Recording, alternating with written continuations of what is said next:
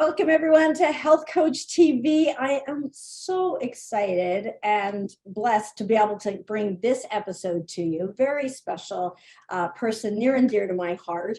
If you are somebody with celiac, Graves' disease, autoimmune, IBS, hang on, you're going to want to, or if you love to sail, you're going to want to see this episode. Denise, thanks for being here. Oh, thank you so much for having me. I'm so happy to be here. Yeah, it's been a journey, hasn't it? And so what I'm going to do is I'm going to give you a proper introduction and we're going to dive in because I know you've got some brilliance and genius to share, some hard-won brilliance that people are going to want to hear. So Denise Sherman is a certified integrative nutrition health coach who helps women improve IBS symptoms related to leaky gut. We're going to be talking about that. She has her own journey with autoimmune disease and issues like Graves' disease and celiac. Denise left her job as a nurse in 1998 to further her studies in holistic wellness. She became a registered aromatherapist and registered yoga teacher, running her own studio for over 5 years, through which she hosted workshops, led retreats, and Girls Nite Out get-togethers. She divides her time between her lakefront home in Clermont, Florida, that she shares with her 3 furry freeloaders, and her sailboat, Sunday 2, which is docked on Florida's beautiful Treasure Coast. So welcome, Denise. Thank you so much. Happy to be here. Awesome. Well, let's dive right into it. Tell everybody, what is it that you do? Well, I am a holistic integrative health coach. I help women struggling with the belly bloat, brain fog, and burnout to lose weight, gain focus, and reignite their energy so that they can sail into the life they were born to live. Isn't that what it's all about? Absolutely. And I love the sailing metaphors that sail right through everything that you do. Yep. So very fun. And you can kind of already get the vibe as I'm talking to you, audience here. Like, you can kind of get the vibe. Denise is fun. That's in her nature. Girls' night get-togethers, sailing, socializing. And that can be a challenge if you have health conditions. So dive right into your story, Denise, and share with us, how is it that you got to help women with these conditions? Tell us about your story that was the precursor to all of the amazing work that you do. How'd you get into this? So it started when I was working as a nurse about almost 30 years ago now. I discovered I was much more interested in what keeps people well rather than me providing the medical intervention to them after they got sick. I was interested more in what kept them out of the hospital, what kept them well. And so, I left my nursing career and began diving into studying holistic practices, aromatherapy, yoga, and all of that. I studied nutrition all along the way, and all of that came in handy when I was dealing with those my own autoimmune issues. Specifically, it started with Graves' disease. That diagnosis came over 30 years ago, before I became a nurse. And I'd always had digestive issues, didn't know they were related to Graves' disease. This is something I found out later, but what I had to go through just with that autoimmune condition, I was afraid to go to the doctor because I was afraid of what was going on with me. My heart would beat so rapidly and so hard that just lying in bed at night, the bed would vibrate. It was terrifying. And, so I couldn't ignore it any longer. And so I did go to the physician and got the diagnosis, and I did the best of the 3 bad choices that I was left with, in the medical world to deal with this Graves' disease. So I drank the radioactive iodine, irradiated my thyroid, and for a while I felt better. And about a year after that diagnosis and the treatment, I developed the eye disease, and that was horrendous. It felt like I was in the middle of a dust storm, the pain, and that felt like I had sand in my eyes all the time. My eyes were watering. And of course I was starting to have some proptosis where my eyes were,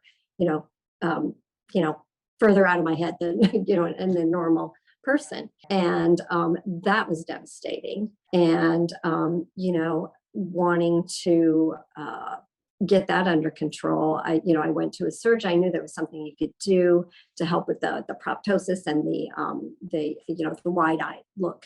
So I had surgery, and the first surgery went okay, second one not so much, and that was just a devastating part and a change in my appearance that I think people were worried about me at that point. So I remember calling my husband from the surgeon's office after, we're trying to figure out what to do to remedy the situation. I have a droopy eyelid on my left eye. And my husband said, I love you. You're beautiful. You may have to just come to terms with this is what it's going to be like. This is maybe as good as it's going to get, and it's okay. And so I did. I mean, and but having to go through that was quite devastating. But I got around it.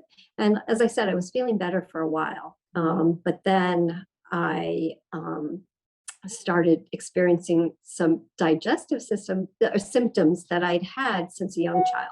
I'd always had irritable bowel symptoms from a young child. And I thought it was just something that ran in the family. My dad was like that. My sisters had issues. And I thought, well, this is just how it is. It's annoying, but that's just how it is. I just have to live with it.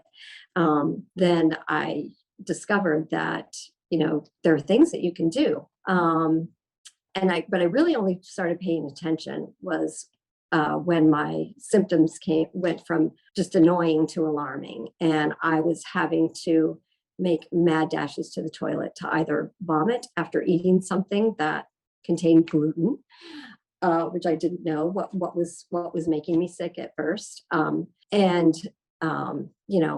Just the depletion in my energy after eating certain foods, and how I would, have to decline social invitations because I didn't have the energy.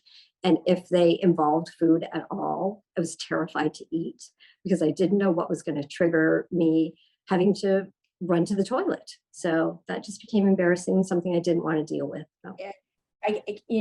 To have sort of that sort of bubbly, energetic, friendly, nice personality, and then just kind of having that, world kind of close in on you. I remember you saying how you had a drink once and one sip and it had soy sauce in the drink. The Bloody Mary mix. Yeah. Just had to run to the washroom. A lot of times, especially, there's a sentiment out there, I think even still, maybe less as more and more people are impacted by gluten. And obviously, if you're celiac, it's even more so, undiagnosed celiac, even more so, because you don't even know that. And we're going back a number of years. Nowadays, restaurants put on the menus if there's gluten in something, because it is impacting so many of our lives. But back then they didn't do that. And, you might have known to stay clear of wheat, for example, but you're not thinking that like a drink necessarily. So what could be a nice evening has you, not being sick in the bathroom is not, so it impacts your social circle. It impacts your sense of who you are. There's been changes in your appearance and just sort of, really devastating. You also talked about, just tell us more about that. So now it's kind of like, okay, I got to stop eating gluten. So it's one thing kind of after another. You're working as a nurse at this point, and you're seeing other people who have that. Like you kind of a thing or two about that. Tell us a little bit more about the celiac aspect and kind of that journey and what kind of symptoms came from that kind of. Yeah. So I remember when I left my nursing job and I was seeing people. I was teaching yoga, and I knew about celiac because some of the clients at the herb shop where I had my aromatherapy bar had it, and some of my yoga students and people that I knew working as a nurse. And I didn't I definitely didn't want that label. They seemed miserable because they just didn't know what to eat, and they were afraid to eat, as I was. And then I was having the same symptoms they were talking about. And I knew, okay, I know what I need to do. I just need to stop eating gluten, right? Not so easy 13 or 14 years ago. It's easier now. But the thing about the Bloody Mary mix, that it was in there, I at that point I had thought that I had eliminated the obvious gluten and I was doing really well. But this, the sauces and the spices sometimes trip me up. Even, there's gluten, it's in absolutely everything. And even if it isn't, if it can be a naturally gluten-free food, it can be cross-contaminated with gluten. And you have to be aware of that. And also some naturally gluten-free foods are like rotated. It's a rotated crop of wheat. Lentils. I love lentils. Who knew? Lentils can be contaminated with gluten because they are a cross, what did I say? Yeah, yeah. There. So, They rotate the crop. Yes. So, yeah.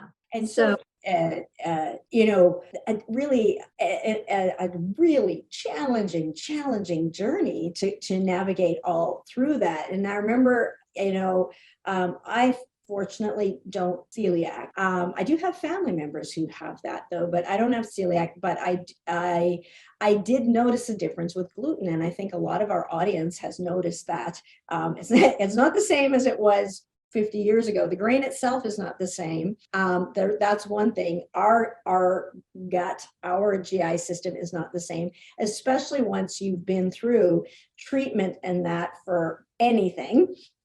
Then we start to alter our physiology and it all becomes enmeshed. But yours clearly was on the extreme. Like sometimes people will eat something and then that day they think, and I'm a little bit bloated, but yours was an instant run, It was immediate and violent at times. Yeah. Yeah. That's the way I would describe it. That's different than some of these things. Tell us a little bit about, so you were sharing a little bit more about some of the, well, I'll let you know what happened, what was your experience like, just even if it wasn't the violent aspect, what else did you notice more on a daily basis? I was just, my energy was just zapped. I was tired all the time. I see pictures of myself that my family would take of me lying on the couch. That's just not me. It just zapped my energy. I couldn't carry on a thought. I was just completely scatterbrained, and it was really interfering with my life. And I was, not only in fear of going to, joining in on social situations, I was declining a lot of invitations for that. Plus going sailing, doing what I loved, going offshore sailing with my husband and my friends. And, it's a nice boat. It's got a head and everything, but one head, close quarters. Yeah. And you don't want to be, okay, why is Denise always going down below? Or afraid that somebody's going to be using the head when I need it. Yes. So the head is the bathroom, by the way, of the sailboat. So So I just, I would make excuses not to go. I wasn't really sharing with anybody, what was really going on with me, because it's embarrassing stuff. Yeah. It's embarrassing stuff. So, yeah. And I know that just the little bit of experience that I had with gluten, I remember living in a previous house and probably perimenopausal, as I think, it was menopausal, perimenopausal age area. So that might have been in the mix of it. Definitely stress happening, but I was eating all the right things. I was walking the dog every day. And the thing that astounded me was I could I would wake up as one human being, and then after dinner, I took a picture because I was astounded. Like no one would believe this, but I looked like 5 months pregnant. And I did a picture like this, and this is my little, I'm going to call it my little gluten belly baby. I mean, it was huge. I mean, I could totally pass for someone who was pregnant. And then for me, by morning, it would be back down. I'm like, what the heck? There's no way I ate that much food. There's no way I did that. And then I recalled, my mom, she was lean. She was not overweight by any stretch. She was definitely on thinner side. I took after my dad's side, but I didn't come by that easy. But she was definitely lean, except for her belly. And she just said, if I could just get rid of this belly. And she thought, well, it's my age. This just happens when I get older. It must be menopause, or, I guess I ate too much. But when I look back at her, and she just knew her mother had that was a bloated belly. That was a bloated belly, because it was like a balloon. And so, and I know you were sharing too, that was another, and I know a lot of women out there, and they're like, what the heck is going on? And other people are, you feel like, oh my goodness, I got to diet. I got to get rid of this weight. And I know as I became a health coach, I had a lot of people coming to me wanting to lose weight, and it wasn't really weight they needed to lose. Not at all. Yeah. Itself. But anyways, share your experience about the belly. Yeah. So I'm tiny. I'm small. And I always prided myself on my flat belly, but it started just growing. And mine wasn't just, I woke up thin, and it was solid. It was there. It was a 3-month pregnant belly. And I remember doing yoga when I was still teaching yoga, and I would do certain poses, and I would try to suck that belly in, and I couldn't. It was solid. And it was really distressing. I felt like I was wearing nice clothes, and I wanted to look nice, but I felt like I looked frumpy because that belly was just there and it wasn't going anywhere. Yeah. You really feel like, and especially and we shouldn't feel judged, but we kind of do. And you're like, I'm a yoga instructor, and like, I'm trying my best, and they must think, oh, look at, she must, whatever. Now, who cares about whatever? But it felt awful. It did. And so now the great thing is, let's just jump forward now to how you feel. So let's give people the happy ending, and then we'll go into how that turns out. But snapshot your physique and physicality now, like just compare now to then. Oh my gosh, it's so amazing. I'll be 63 next month, and I feel a good 20 years younger. I really do. I really do. I'm up at 4 a.m. I have so much energy. People comment all the time, but I'm up at 4 a.m. every day. I do my journaling. I'll get in on my mat and do some rock and flow yoga. Most good weather days, I'll take a spin, around the lake in my kayak. I'll walk my dogs. If I'm at the coast, of course, I'm going to walk the beach and gather my friends to go sailing, do some offshore sailing. And that requires energy, by the way. And still on the occasional weekend, spent with my grandsons, Landon and Brycey, they will inevitably talk me into a game of soccer or hockey soccer or basketball soccer or tennis soccer or something, always soccer. The younger one now, he's into the lightsaber things. Yes. So he'll spar with them. I don't know if the spar is the word, but he'll be here. He calls me Lita. That's my grandma name. And here, Lita, let watch you spar with me. Or he might not have said spar, but so I'm doing this with him, and he's like, wow, you're pretty good. So I mean, I couldn't have done this, 15 years ago. Yeah. I would not have had the energy at all. It's a far cry from the couch. So you got off the sofa, and you have to keep up with grandkids, which really matters. Now able to connect with friends, actually go sailing again without worry. You got that life and that living back. We'll talk a little bit more about that as we come full circle on this. But it's so tremendous because you think that's just going to have to be your new life, is just on the sofa, burned out, bloated up, in pain too. And you think that's just how it's going to be. So all right, fast forward now. Is that why? So you went from, and it wasn't a fast forward, it was a journey. Right. But you went from really some debilitating symptoms, and then now, heading into 63, being a great grandma, not a great grandma, but grandma, being able to keep up with your grandkids, having that energy, being able to sail. So noticing that transformation and how you were able, you did this, how you were able to get your life back. Is that why you became a health coach? Absolutely.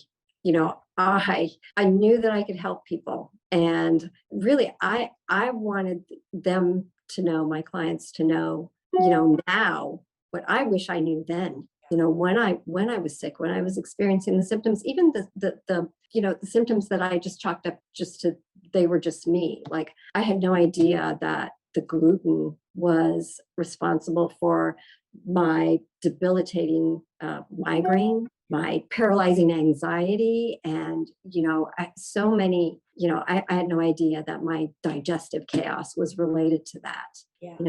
So I want them to know, now what I really wish I knew then, that you don't have to stay stuck. You don't have to stay sick. There is a way to get to the other side of this. I think that's super inspirational, and hope, if you at least know you have hope, it's tremendous. And once you've journeyed through something, and the help is not obvious out there. I mean, yes, it's a little bit better because gluten's listed on the menu, but that's not enough. And a lot of people they might not have celiac. They might be having some of these symptoms, the migraines, the pains, bloating, exhaustion, brain fog, and they might not know why. They might be, maybe even their doctor told them, well, you're just getting older. That's just the way it is. And they don't know that they can, rewind the clock on. So how is it that you work with your clients? What do you do? Who are they? How does that work? The women I work with are mainly perimenopausal to postmenopausal women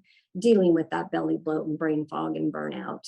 And I meet with them one-on-one, and I walk them step by step, take them by the hand, walk them step by step to lose the weight, regain their focus, and reignite their energy. And, we do this usually via video chat, get together, and the main thing is that we get results. They know exactly what they need to do to get to the other side of their health issues. And yeah, the most important thing is that they get their results. I love it. So it one-on-one, but it doesn't have to be in person. It's usually virtual, and usually virtual. Yes. Anybody anywhere in the world really now with a connection, and so that there's help at their fingertips, quite literally. Awesome. Yes. I always like, when I'm doing these interviews, you are an expert in your field. You will know things about what you do and the journey through it better than I will, even though I was a doctor for 25 years. You know this. So I always like to ask you about myths. And from your perspective, like, what is one of the biggest myths that people have when it comes to eating healthy, let's say, because I just had responded to a comment from someone on one of my Facebook ads, and they said, "Oh, people shouldn't need health coaches. Just eat sensibly, and get outside and you'll be fine." And in one sense, yes, but what is eat sensibly? And once upon a time, you could go into the grocery store and get food, and there's other stuff there. And it's not so easy. So health coaches are extremely valuable as a resource for that area that they know something about. But in your world, what's one of the biggest myths that you encounter when you're helping people? I would have to say that one of the biggest myths is that it's complicated, that you have to count calories or count points or calculate this or that, or that you have to become an expert at reading food labels and all the, mysterious ingredients and stuff like that. That it's complicated. And now, to be. I'm thinking it's complicated. I'm thinking it's complicated because you have to be careful. So it seems complicated. And so tell me a little bit about what you mean by it's not complicated, and I share tips, or like, how do you make it not complicated? Because people have been struggling with this for a long time, and it seems complicated. So, like, kind of why is that important, and how is it that it's not complicated? Tell people, what should they do? Yeah, well, I think one of the things that makes it seem complicated is all the information we have coming at us. People are so overwhelmed with the information coming in that they don't even know where to start. They don't know where to start. So sadly, they don't start. and they stay stuck in the overwhelm and they stay sick. So one of the things that I point out to people is I'm often asked, like, what is the one thing that I would tell my clients to do to, to begin eating healthier? And I say one thing very simply: fall in love with real food. Real food. Real food doesn't, we talked about, needing to know how to read labels. Well, real food doesn't require labels. Think of those gorgeous vegetables. I get so excited talking about food, real food. Gorgeous vegetables and fruits. When you look at them, when you look at that, you know what it is. Doesn't require a label. It's a delicious red pepper, something. And not only do you recognize it when you look at it, when you eat it, your body recognizes it and knows exactly what to do with it to provide nourishment for your body. And to me, that's really simple. So that's one simple thing.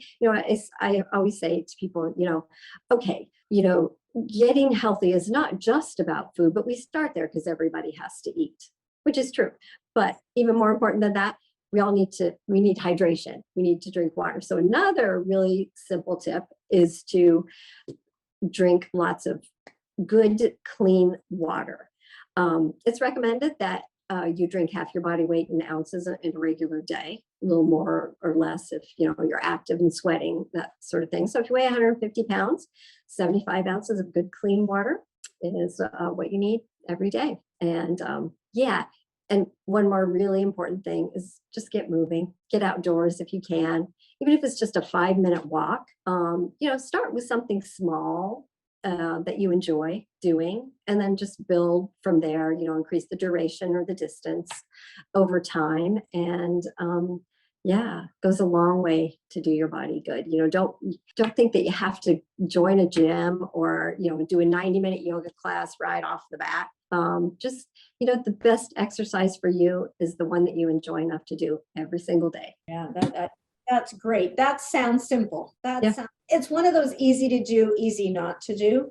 But I get what you're saying is that we kind of overcomplicate it, and our world is set up to be overcomplicated, to complicate it, because there are stresses that happen, and there are lots of foods out there other than that. And maybe we don't love fruits and vegetables right off the bat, or we don't know what to do with them, or how exactly do we eat them how does that become a meal? So there's sort of some of those details, but the basics and the premise of it.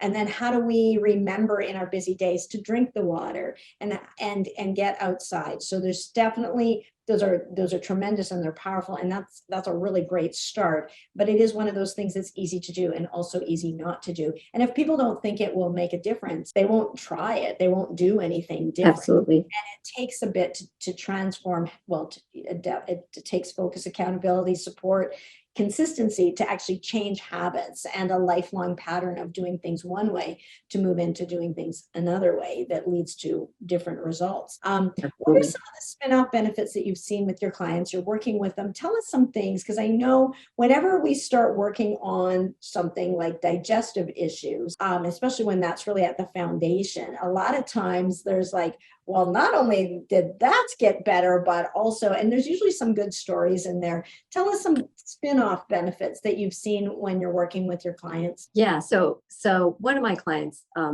it comes to mind, probably one of the first one that had the surprise results. She came to me for one reason, and she was having digestive issues. She was having the bloat and the gas and the just really unpleasant digestive symptoms, and she wanted to get on the other side of that because it was just really interfering with her. She's a school teacher, so it's really interfering with her.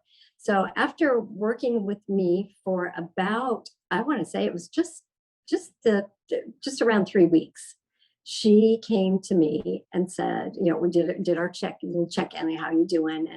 And she said, I realized I'm 9 pounds lighter than when I started working with you. 9 pounds lighter. She wasn't even expecting to lose the weight. She had the bloat, was hoping to lose that, but she didn't expect to lose the weight. So that was what kind of one of our first, I'm so excited. So wasn't expecting it. And then I have another client she was wanting to lose some weight, and she did lose some weight. She had knee pain for, I mean, as long as I had known her. And she was a yoga student. I had known her for a while. And then she started working with me when I became a health coach. And within a very short time, she worked with me for about 3 months, and she discovered that just one day, she just discovered that she's like, oh, I haven't thought about my knee in I don't know how many days, but I would wake up every morning, that knee would talk to me. And so she, her little aches and pains just disappeared as a side benefit.